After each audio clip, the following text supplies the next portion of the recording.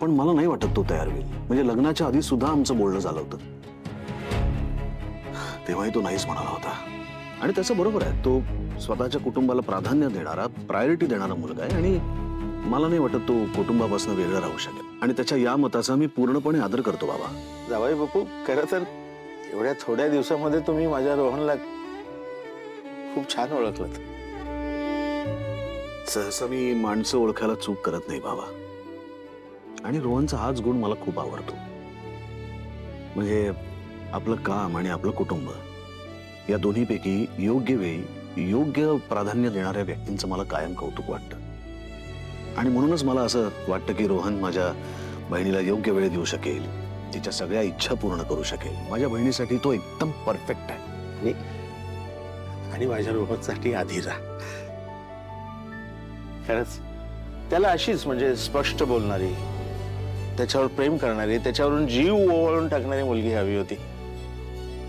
ती त्याला मिळाली आहे. पण कसं आहे ना जावई बापू, की त्या दोघांना वेळ द्यायला हवा. दोष त्यांचा नाहीच आहे. दोष असेल ना तर आजूबाजूंच्यांचा आहे. आणि लग्नाच्या सुरुवातीच्या काळामध्ये हे एकमेकांना वेळ देणं खूप गरजेचं असतं.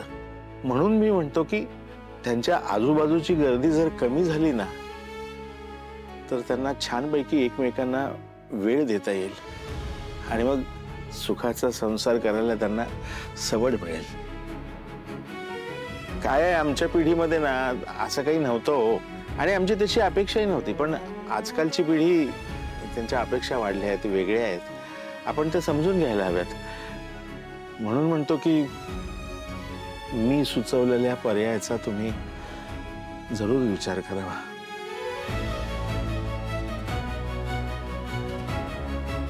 नक्की नक्की विचार करीन बाबा. पण आपण सगळे मिळून हा इश्यू रिझॉल्व्ह करूया. हो, नक्की. बरं, मी येतो आता. बरं, तसे आपण संपर्कात राहू एकमेकांच्या.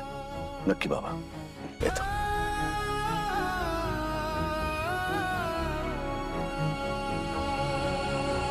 जबाबदारी त्याचीच आहे. समोरच्या 18व्या वाढदिवसाला यायला निघाले होते त्याचे आई बाबा आणि तुझे बाबा. काय एवढं सोनं लागलं होतं त्याच्या वाढदिवसाला? घराण्याच्या वारसाचा वाढदिवस म्हणून रात्रीचे यायला निघाले प्रवास करून. काय गरज होती? झाला ना ऍक्सिडेंट, गेले सगळे एका झटक्यात. तुझे बाबा, मोठा भाऊ म्हणजे त्यांच्यासाठी देवच जणू. मोठा भाऊ निघाला, पाठोपाठ हेही निघाले. आणि ते असते ना तर आज मीही राजाची राणी म्हणून जगले असते. माझ्या नशिबात कायमची समोरची हुकुमशाही झेलणं आलं.